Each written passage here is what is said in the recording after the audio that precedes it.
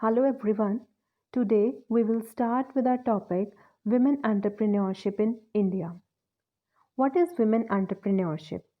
Women entrepreneur may be defined as a woman or group of women who initiate, organize and run a business enterprise. यहाँ पर women risk को undertake करती हैं, challenges को face करेंगी, employment provide करेंगी and they manage the business independently. Approximately one third of entrepreneurs in the world are women entrepreneurs. According to Government of India, women entrepreneur is an enterprise owned and controlled by women having a minimum financial interest of 51% of capital and giving at least 51% of employment generated in the enterprise to the women. There are certain factors which influence women entrepreneurship. So, students, due to the change in education, there is an urbanization, industrialization, awareness बहुत ज़्यादा create हो चुकी है जिसकी वजह से women में confidence level बहुत ज़्यादा बिल्डअप हुआ है. They want to take risk, economically independence चाहती हैं, वो अपने क्रिएटिव आइडियाज़ को प्रैक्टिकल फॉर्म देना चाहती हैं. They want to establish their own identity. They are self-motivated also, or they want equal status in the society. But setting up an enterprise is not an easy job for women entrepreneurs. And at the same time, running the enterprise is a greater task. So बहुत सारे challenges को face करना पड़ता है in order to run their enterprise successfully.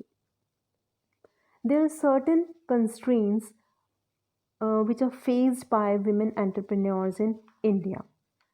They lack confidence in their strengths and competence. कई बारी उनके family members और सोसाइटी ही उन्हें डिमोटिवेट करते हैं. लाइक दिस यूजुअली से कि तुम ये काम नहीं कर सकती, तुम ने ये काम नहीं करना. जिसकी वजह से उनका कॉन्फिडेंस लेवल कम हो जाता है. सोशो कल्चरल फैक्टर्स भी विमेन एंटरप्रेन्योर्स के लिए हिंड्रेंस हैं. इंडिया में अभी भी ओल्ड ट्रेडिशंस को फॉलो किया जाता है. अभी भी कई घरों में ऐसा है जहाँ पर जॉब करने के लिए बाहर नहीं जाने दिया जाता, जिसकी वजह से वो अपना कैलिबर शो नहीं कर पाती. मार्केट ओरिएंटेड रिस्क जैसे competition, lack of mobility, exploitation by middleman की वजह से business women find it difficult to capture the market and make their products popular. Motivational factors भी हैं जैसे फैमिली की तरफ से कम सपोर्ट मिलना, गवर्नमेंट की तरफ से असिस्टेंस ना मिलने की वजह से भी वो डीमोटिवेटेड फील करती हैं और अपने प्रोडक्ट्स को पॉपुलर नहीं कर पाती. अब एक बिज़नेस की नॉलेज होना बहुत ज़्यादा ज़रूरी है. बिज़नेस के स्किल्स ना होने की वजह से भी अच्छा बिज़नेस नेटवर्क नहीं बना पाती, जिसकी वजह से उनको मार्केट में होने वाली जो एडवांसमेंट्स हैं या मार्केटिंग की फैसिलिटीज़ के बारे में उनको ज़्यादा इंफॉर्मेशन नहीं मिल पाती. Awareness about the financial assistance. अब फाइनेंशियल इंस्टीट्यूशंस प्रोवाइड करती हैं financial assistance. Every women entrepreneur may not be aware of all the assistance which are being provided by these institutions. Just like अगर हम बात करें rural और backward areas में, they are not having enough knowledge. अगर उनको financial assistance के बारे में नॉलेज होती, they can get a good finance at a very low rate of interest. Training programmes भी बहुत सारे चलाए गए हैं गवर्नमेंट की तरफ से, बट यहाँ ट्रेनिंग प्रोग्राम्स हेल्प कर सकते हैं रूरल और यंग विमेन एंटरप्रेन्योर्स को, those who want to set up small and medium scale units.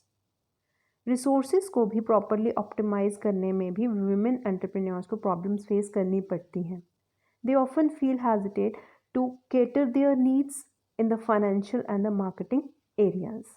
So these were the constraints which are being faced by the women entrepreneur in India. Next is, why do women take up employment? Generally, there are two factors. The one is push factor and the other is pull factors.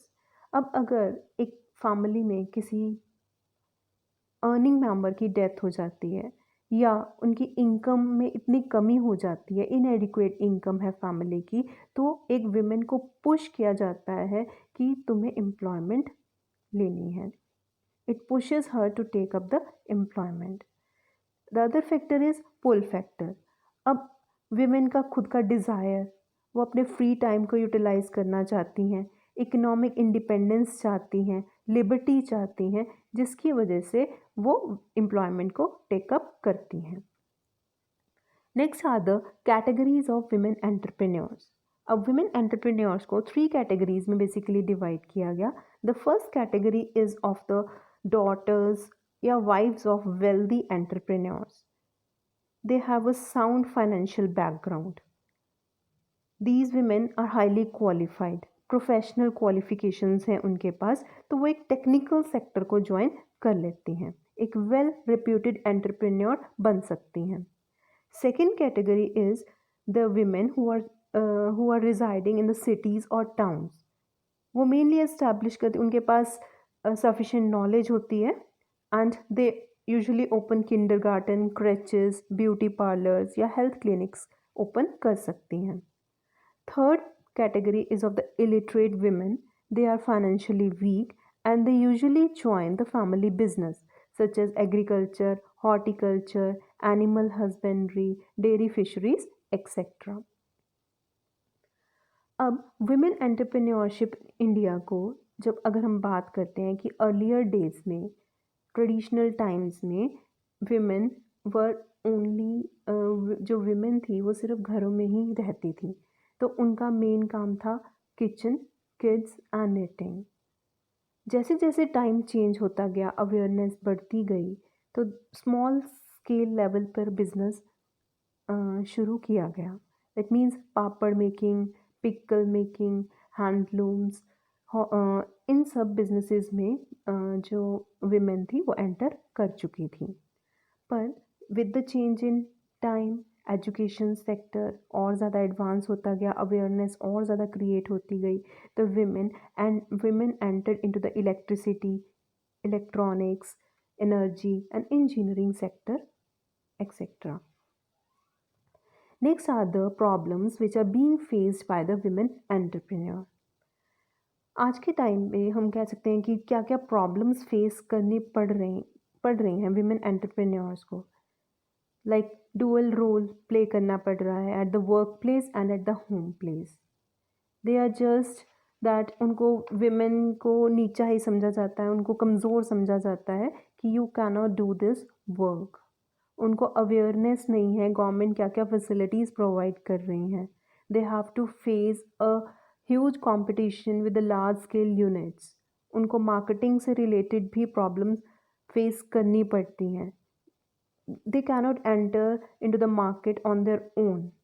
Technological obsolescence हो जाए तो उसके लिए भी उनको problems face करनी पड़ती है. They lack support at that time also, like high competition, उनके प्रोडक्ट्स को सेल करने में प्रॉब्लम आती है, तो विमेन को परसीव किया जाता है to be weak in the Indian society. They are generally exploited by the middle man. So what suggestions do you give for the women entrepreneurs? अब क्या क्या रेमेडीज़ हम ले सकते हैं? लाइक फाइनेंशियल सेल्स ओपन किए जा सकते हैं, मार्केटिंग कोऑपरेटिव्स होने चाहिए, एजुकेशन को बढ़ावा मिलना चाहिए, अवेयरनेस होनी चाहिए, ट्रेनिंग फैसिलिटीज़ क्रिएट की जानी चाहिए. देन हम कह सकते हैं कि ऐसे प्रोग्राम्स और योजनाएं ज़्यादा से ज़्यादा चलाई जानी चाहिए by the government of India. Students, यहाँ पर आप स्क्रीन पर देख सकते हो कि there are top 10 women entrepreneurs, famous personalities of India, just like Kiran Majumdar-Shah, Indu Jain, Indira Nooyi, Chanda Kochhar, Ekta Kapoor, जिन्होंने अपना एक नेम बनाया है मार्केट में. They are playing an important role in the society. Next is the initiatives which has been taken by the government for women entrepreneur like Annapurna scheme, Sri Shakti package for women entrepreneur, Sant Kalyani scheme, Mudra Yojana scheme, Mahila Uddam Nidhi scheme. All these schemes are being started by the government with ताकि women entrepreneur बहुत ज़्यादा progress कर सकें. So this was all about women entrepreneurship in India. Thank you and have a nice day.